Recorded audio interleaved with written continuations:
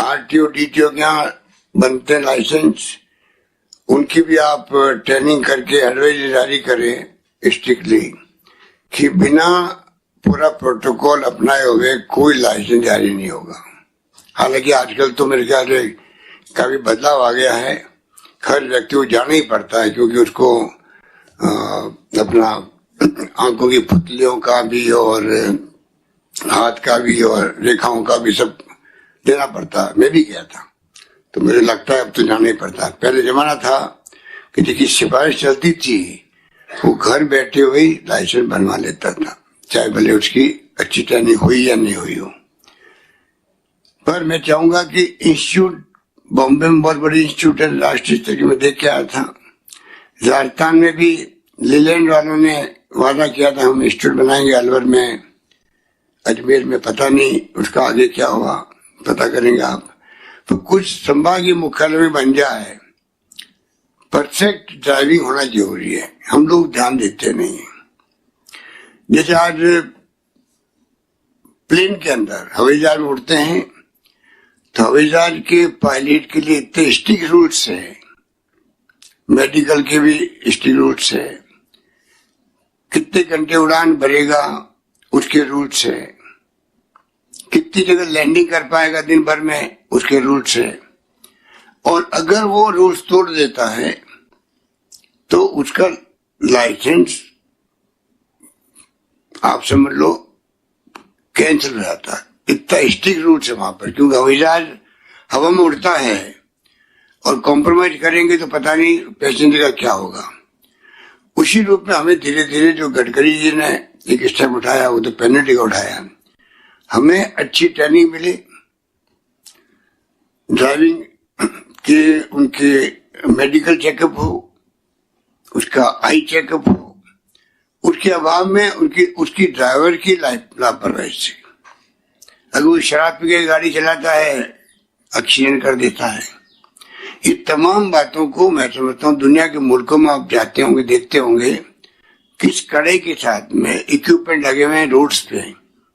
मालूम पड़ जाता है कि गाड़ी जो फिक्स स्पीड है उससे ज्यादा चल रही है तो उसी गाड़ी को अचानक उसको रोक करके उसका पीछा करके रोक दी जाती है। ड्राइवर का लाइसेंस पंच किया जाता है, 1 पंच 2 पंच 3 पंच में ड्राइवर लाइसेंस कैंसिल हो जाता है। तो दुनिया के मुल्कों में इतनी फास्ट गाड़ी चलती है, एक्सीडेंट वहां भी होते हैं, परंतु एक्सीडेंट अभी मुझे ये नरेंद्र आर्य जी बता रहे थे कि मृत्यु दर जो है लगभग 0.4 से 0.5% है राजस्थान के अंदर, और जबकि वेस्टर्न कंट्रीज में 0 से 0.1% है। तो कहने का मतलब ये कि हम भी अब टाइम बदल गया है और कोविड ने टाइम सबका बदल दिया है। कोविड ने सोच बदल दी है, रहने की, खाने की, पीने की, स्वस्थ रहने की, सादगी की, सब बदल दी है। और कोविड से बहुत बड़ी महामारी है, खतरे हैं। लोग कहते हैं अभी तो करोड़ में बढ़ेगा ये, कोरोना खत्म नहीं हुआ है, खाली लॉकडाउन खत्म हुआ है। हमें कोरोना को लॉकडाउन की तरह बिहेव करना है। तो कोरोना के कारण से घरों में लोग रहते हैं, टाइम पे खाना खा रहे हैं, बाहर नहीं जा रहे हैं, तो एक्सीडेंट से मौतें 25% हो गई है, कम हो गया आंकड़ा। 100 मौतें होती थी जयपुर में, 25 से हो रही है। खाली एक्सीडेंट से नहीं, बिना एक्सीडेंट भी जब घर में आप रहो, टाइम पे खाना खाओ, बाल बच्चों के साथ में हंसी मजाक करो, बुजुर्गों का ध्यान रखो, तो बुजुर्ग भी कम मर रहे हैं। तो ये आप देखिए, एक तो स्वास्थ्य अच्छा हो गया, बीमार कम पड़ रहे हैं लोग आजकल, अस्पताल में संख्या कम हो गई, तो ये सब पर्यावरण सुधर गया, आकाश नीला हो गया, और जब पर्यावरण सुधर गया तो बीमार कम होने लग गए। कोविड ने कई फायदे पहुंचा दिए आपको, कई तरह की आपको अक्ल वसैली दे दी है कि कैसे जीवन जीना है। तो पर हम लोग उसके कारण से घरों बंद नहीं रह सकते, इकोनॉमी तो चलानी पड़ेगी, रोजगार करना पड़ेगा, वरना तो आप खाएंगे कहाँ। तो दोनों तरफ बात है, एक तरफ तो जीवन, एक तरफ आजीविका। बैलेंस करके चलना पड़ेगा। तो मैं इस मौके पर यही कहना चाहूंगा कि कृपा करके आप, एक तो रामलाल जी आपको इस बात के लिए बधाई कि मैंने देखे अभी 2 हेलमेट, मैंने देखा कोई 100-150 वाले लाके तूने बांट दिए होंगे, पर तूने अच्छी क्वालिटी के हेलमेट दिए, अच्छी क्वालिटी दिए। और मैं उम्मीद करता हूँ जो मुझसे बंटवाए हैं वो हेलमेट सबको देगा तू। 15,000 हेलमेट वही होने चाहिए जो मुझसे बंटवाए हैं, क्वालिटी कम नहीं होनी चाहिए। खरीद के रख लिए क्या आपने? नहीं खरीदा अभी, खरीद के रख लिए, कब खरीदोगे? सारे खरीद लिए सर। अभी बाहर कलेक्ट्री के बाहर डिस्टेंस वाइज कलेक्टर साहब ने व्यवस्था करा रखी, एसपी साहब ने, जो अभी कुछ हम यहाँ करीब 40-50 यहाँ वितरण करेंगे और बाकी सबको अपने सोसाइटी पे पहुंचवा रहे हैं सर। सारे एक ही कंपनी कोई बात नहीं, मेरी तो खाली एक बात है कि क्वालिटी वही होनी चाहिए जो मैंने बांटी है। Yes sir, yes sir. क्योंकि जीवन बचाने के लिए क्वालिटी बहुत महत्व रखती है। अगर आप हेलमेट तो लगाए, फिर के लोग नाटक करते रहते हैं हेलमेट का, वो हेलमेट काम का नहीं होता है, वो खाली नाम का होता है। तो हमें नाम का नहीं, काम का हेलमेट चाहिए जिससे कि वास्तव में जीवन बचे। ये बात ध्यान रखो। और बाकी तो भी इतनी बातें कह चुके हैं तो मैं लंबी बात तो नहीं कहना चाहूंगा, बस यही कहूंगा आपको कि बच्चों के पाठ्यक्रम में भी मंत्री जी आप जरा इसको इंट्रोड्यूस करवाएं, शायद होगा थोड़ा बहुत तो, पर आज टाइम बदल गया है कि हम लोग बच्चों को भी बचपन से ही मालूम पड़े कि ये किस प्रकार से हम बचाव कर सकते हैं। और बाकी तो 2 रुपए किलो की बात आपने करी, अच्छी बात है। हेलमेट कोई बोझ नहीं है बल्कि सुरक्षा का कवच है, ये आपका नारा होना चाहिए। मैं उम्मीद करता हूं कि आपकी शुरुआत और ज्यादा आपके पशुपालकों के हेलमेट वितरण का कार्यक्रम रखा है। मुझे उम्मीद है कि आपकी जितनी सोसाइटी राजस्थान में है वो आपके प्रेरणा लेकर के या आपका प्रभाव काम लेके, आप बहुत प्रभावशाली आदमी हो मुझे मालूम है, तो आपके प्रभाव का काम लेके आप और जिलों के अंदर भी लोगों को कहोगे कि इस प्रकार का मेरे आने का मकसद आज यही है।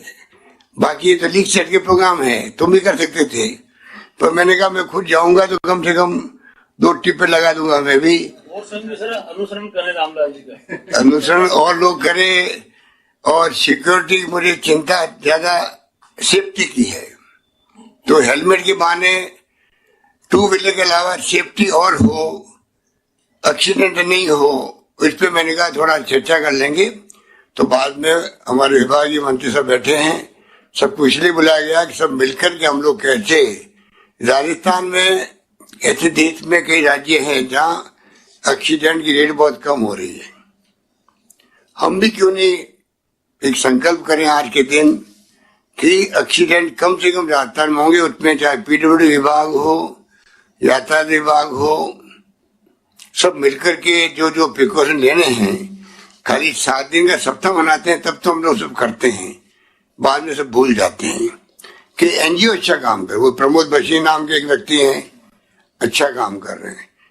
कई लोग ऐसे हैं जो कि एनजीओ के माध्यम से काम करते हैं। तो क्यों नहीं रामलाल जी या प्रताप सिंह जी, मैं कहना चाहूंगा हर जिले में एनजीओ को प्रोत्साहन दें। हम लोग एनजीओ बड़ा काम कर सकते हैं, 1 एनजीओ 2 एनजीओ 3 एनजीओ बने, जितना बड़ा शहर है उसके माध्यम से भी ये काम होना चाहिए। एक्सीडेंट की रेट राजस्थान में हम कैसे 50% में ले आए, ये टारगेट है 50% में ले आए, और सब कुछ संभव है अगर हम लोग एक संकल्प कर लें, सब मिलके चलेंगे। अब जैसे हमने तो नहीं कहा रामलाल जी को, सरकारी प्रोग्राम भी नहीं है, पर इनके सोच का प्रोग्राम है।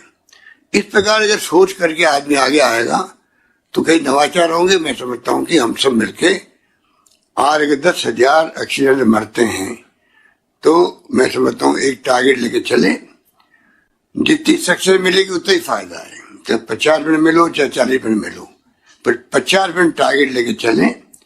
और उसके लिए हमारे होम सेक्रेटरी साहब बैठे, एसी होम, सब मिलके क्या क्या, उसके लिए पहले मैंने एक मीटिंग की थी सीएमओ के अंदर, वहां पर एक मीटिंग बुलाएंगे सारे विभागों की, तय करेंगे किस विभाग का क्या ड्यूटी है, क्या काम करना है, ये उद्देश्य लेके चलेंगे।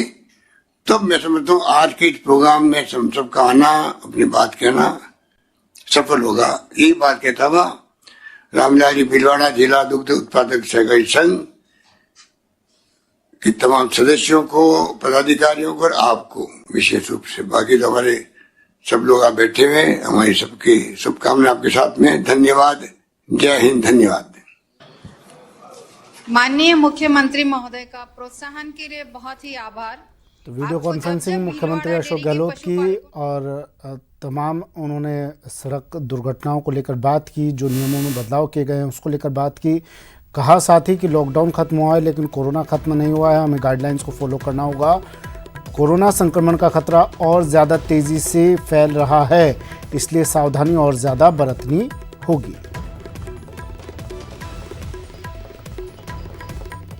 और आज दोपहर 2 बजे देखिए खास प्रोग्राम कोरोना का अब क्या करना। काढ़ा, मास्क, सैनिटाइजर, दूरी थी दवाई।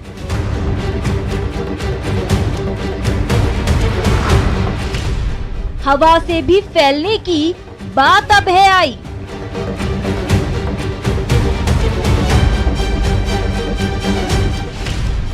बढ़ता जा रहा दिनों दिन कोरोना का कहर।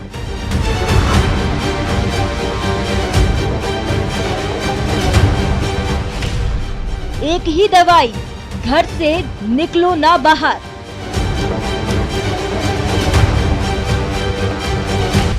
कोरोना का अब क्या करना, देखिए दोपहर 1:56 पर न्यूज़ 18 राजस्थान पर।